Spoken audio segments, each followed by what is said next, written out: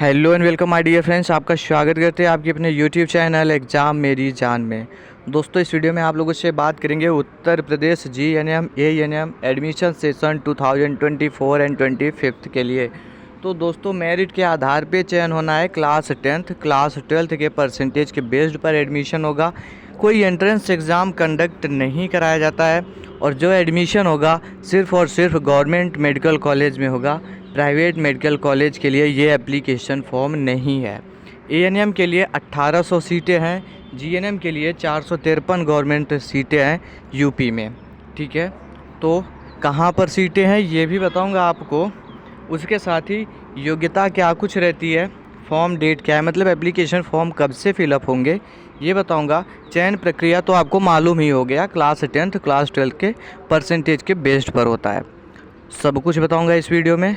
Video बेहद ही महत्वपूर्ण है, तो लाइक करते हुए चैनल सब्सक्राइब कर लेना, क्योंकि दोस्तों आप किसी भी स्टेट से हो, जीएनएम एएनएम नर्सिंग से रिलेटेड हर एक इन्फॉर्मेशन इस चैनल पर आसानी के साथ मिल जाएगी।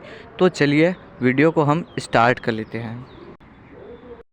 सबसे पहले आपको शीट डिटेल दिखाने की कोशिश करूंगा। सरकारी रिजल्ट के ऑफिशियल साइट पर आए हुए हैं, तो 2023 का ये है दोस्तों। देखिएगा, स्कूल ऑफ नर्सिंग यूएचएम अस्पताल कानपुर नगर, तो 35 सीटें यहाँ पर हैं। फिर है कानपुर में एक और है, वहाँ पर 67 सीटें हैं। प्रयागराज में 54, बरेली में 23, आगरा में 58, गोरखपुर में 50, स्कूल ऑफ नर्सिंग बलरामपुर में 23।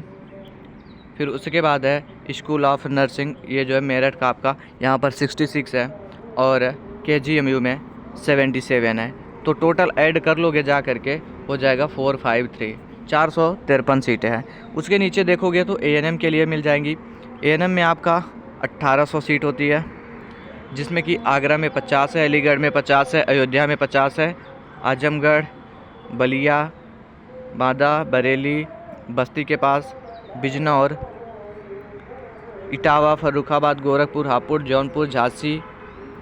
उसके नीचे आते हैं कानपुर, लखीमपुर, लखनऊ, महोबा, मैनपुरी, मथुरा, मेरठ, मिर्ज़ापुर, मुरादाबाद, मुजफ्फरनगर, पीलीभीत, प्रतापगढ़, प्रयागराज, रायबरेली, रामपुर, सहारनपुर, शाहजहाँपुर, सीतापुर, सुल्तानपुर, और 2 है वाराणसी में। सीट डिटेल सामने दी हुई है। 50-50 टोटल कर लोगे तो निकल के आ जाएगा 1800 सीटें। और ये दोस्तों सभी गवर्नमेंट सीटें हैं, प्राइवेट सीटें कोई सी भी नहीं है। अब ये दोस्तों ज़रूरी क्यों हो जाता है, क्यों स्टूडेंट्स इस फॉर्म का वेट करते रहते हैं? तो सबसे जो अच्छी चीज़ है, इसमें आपका कोई भी चार्ज नहीं लगने वाला। ये बिल्कुल फ्री में कोर्स होता है, कोई भी आपको फ़ीस देने की ज़रूरत नहीं होती। इसके साथ में हॉस्टल भी आपको मिल जाता है। ठीक है दोस्तों, तो इसीलिए स्टूडेंट इसका वेट करते हैं। रही बात एप्लीकेशन फॉर्म, अभी तक नहीं आए हुए हैं, लेकिन आईएनसी की जो गाइडलाइन है उसके चलते एप्लीकेशन फॉर्म बहुत ही शीघ्र देखने को मिल जाएगा। ठीक है, वो जो है वो मई के 2nd वीक तक मैक्सिमम है कि आपका एप्लीकेशन फॉर्म आ जाएगा।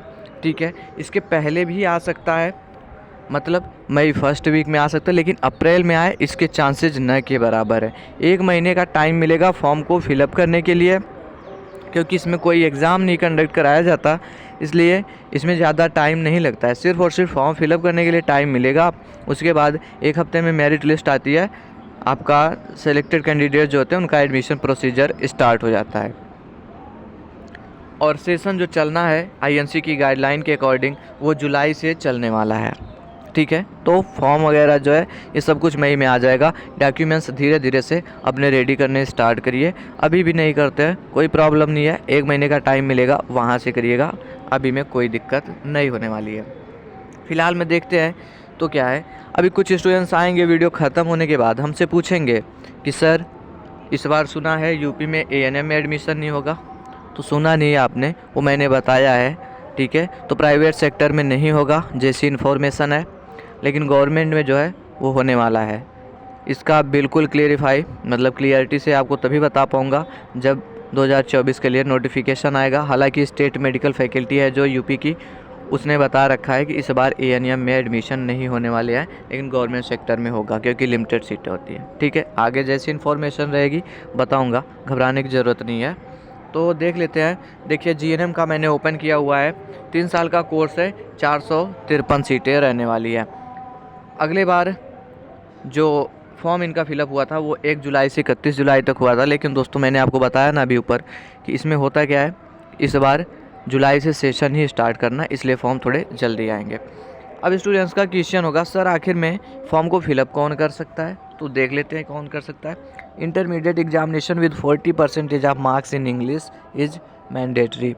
आपने 12th पास आउट हो, मतलब 12th आपने पास किया हो और 40% अंक होने चाहिए, साथ में इंग्लिश लैंग्वेज जो है वो ज़रूर से होना चाहिए, तभी जीएनएम के लिए अप्लाई कर सकते हो।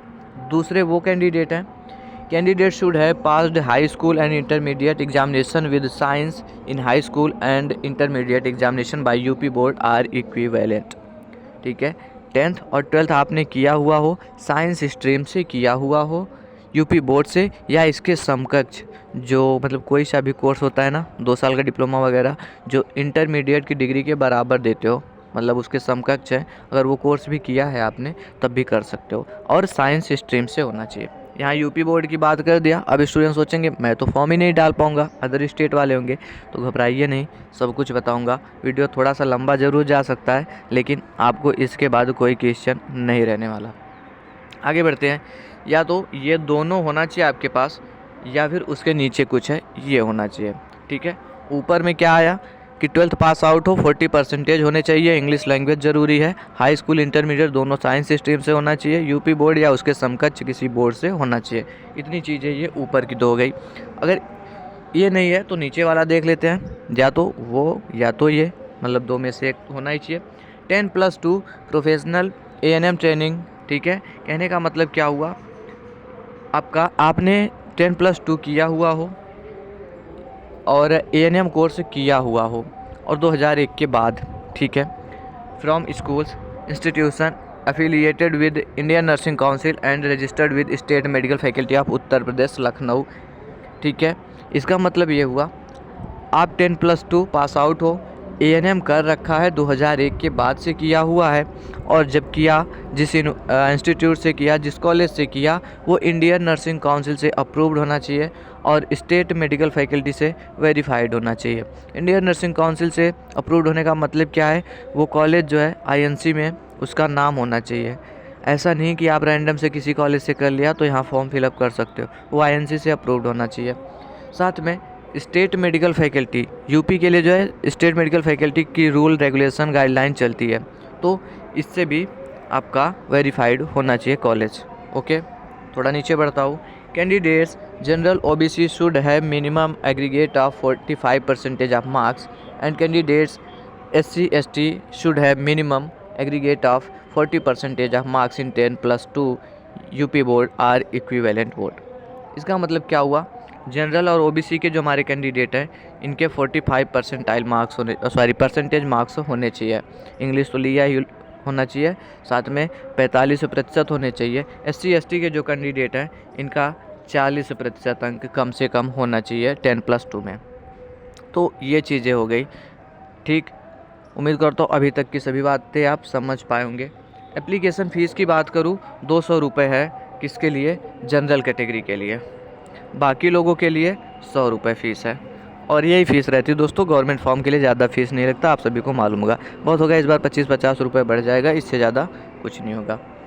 रिजर्वेशन की बात कर लूँ तो रिजर्वेशन में देखिए दोस्तों, जो हमारे सब कैटेगरी में आते हैं उनको अच्छा खासा रिजर्वेशन मिलता है, और साथ में जिन्होंने एएनएम कर रखा है और जीएनएम करने जा रहे हैं तो उनके लिए अच्छा है। इन लोगों का बिल्कुल कम परसेंटेज पर भी सिलेक्शन हो जाता है, लेकिन जो लोग रिजर्वेशन में नहीं आते मुश्किल हो जाती है उनके लिए। अब रिजर्वेशन से मेरा मतलब सिर्फ सब कैटेगरी और एएनएम के लिए नहीं था। अभी मैं बात कर लूँ जैसे एससी एसटी ओबीसी, अगर आप लोग सोच रहे कि आप लोगों का भी कम परसेंटेज पे हो जाए तो बिल्कुल नहीं होगा। इसके लिए अच्छे खासे टोटल होने चाहिए आपके। कट ऑफ पर वीडियो लेके आऊँगा बहुत शीघ्र, और विद प्रूफ के साथ लेकर के आऊँगा कितना कट ऑफ जाता है, ताकि आप गुमराह ना रहे। अगर आपकी मेरिट उतनी अच्छी नहीं है तो जा कर के कहीं प्राइवेट में एडमिशन ले लें, क्योंकि यहाँ लिमिटेड सीटें 453 सीटें हैं, हालत ख़राब हो जाएगी, सीट मिलती नहीं है। ठीक है, तो परसेंटेज बहुत हाई जाता है इसका। ओके, फ़िलहाल में 10% सीटें जो हैं वो देख लीजिए, मेल कैंडिडेट के लिए होती है। 453 में 10% सीटें मेल कैंडिडेट के लिए होंगी, 15% सीटें जो है एएनएम के लिए होती है। अगर सीटें इसमें से बचती है तो जनरल में काउंट हो जाएंगी, वो चीज़ नीचे मेंशन की गई है, ठीक है। बाकी कैटेगरी वाइज सीटें अलॉट की जाती है, ये सभी को पता होगा। एज लिमिट की बात कर लूँ तो एज लिमिट जो है वो 31/12/2022 यहाँ बोले थे, आपको करना है 31/12/23, ठीक है।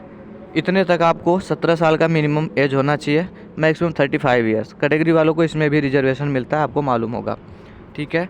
31/12/2023 तक आपका एज 17 साल हो जाना चाहिए। अब स्टूडेंट्स आके मुझसे अपना डेट ऑफ बर्थ मेंशन करते हैं, पूछते हैं मेरा होगा या नहीं होगा।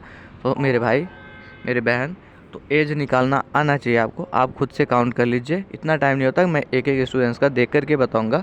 सीधा सीधा आपसे बोला जा रहा है 31/12/23 तक कम से कम 17 साल एज होनी चाहिए। तो आप देख लीजिएगा इसको अपने हिसाब से। अब देखिए सिलेक्शन प्रोसेस क्या होता है।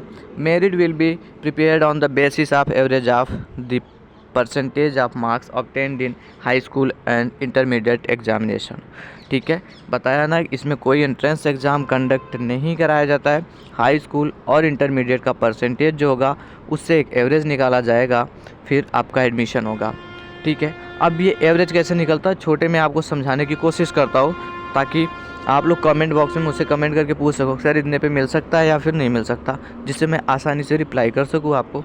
जैसे मान लिया आपके 10th में जो थे वो 80% है, और 12th की बात कर लूँ मैं, इसमें भी मान लिया 80% है। टोटल ऐड कर लिया तो मेरा निकल के आ गया 160/2। एवरेज निकालना है आपको 160/2, तो ये भी आ जाएगा 80%। तो आप ऐसे मेंशन करेंगे कि मेरा एवरेज 80% है, क्या मुझे मिलेगा नहीं मिलेगा, तब मैं आपको बता पाऊँगा, ठीक है। ऐसे आपको परसेंटेज निकालना है। फ़िलहाल में ये जीएनएम के लिए पूरी इन्फॉर्मेशन होगी। बाकी एएनएम की बात करूँ, सब कुछ यही रहता है गाइडलाइन दोस्तों जो इसमें है। लेकिन उसमें क्या है, एएनएम में, उसमें देखिए 12th जो है साइंस स्ट्रीम हो, आर्ट स्ट्रीम हो, कॉमर्स से हो, फ़र्क नहीं पड़ता, कुछ भी हो, सभी लोग अप्लाई कर सकते हैं यहाँ पे। तो इसीलिए एएनएम का जो कट ऑफ है वो और भी ज़्यादा जाता है, मतलब उसमें और भी कंपटीशन है। स्टूडेंट सोचते हैं एएनएम जो है इसमें सीटें ज़्यादा है तो कंपटीशन कम होगा, मेरिट कम जाएगी, ऐसा नहीं होता। आपके जीएनएम में साइंस स्ट्रीम के सिर्फ और सिर्फ कैंडिडेट हैं, लेकिन एएनएम में 12th चाहे आर्ट स्ट्रीम हो, कॉमर्स हो, साइंस हो, सभी लोग आते हैं, और सिर्फ फीमेल कैंडिडेट आती हैं। एज वही है 17 साल 35 साल, ठीक। और 31/12/2023 को ध्यान में रखते हुए आपकी एज काउंट की जाएगी। बाकी सेम चीज़ें रहने वाली, मेरिट के आधार पे वहाँ भी चयन होना था, यहाँ भी चयन होगा। उम्मीद करता हूँ बातों को समझे होंगे, वीडियो हेल्पफुल रहा होगा। मैंने अपने तरीके में आपको समझाने की कोशिश की। फॉर्म जो है मई में आ जाएगा, पहले या दूसरे हफ्ते तक।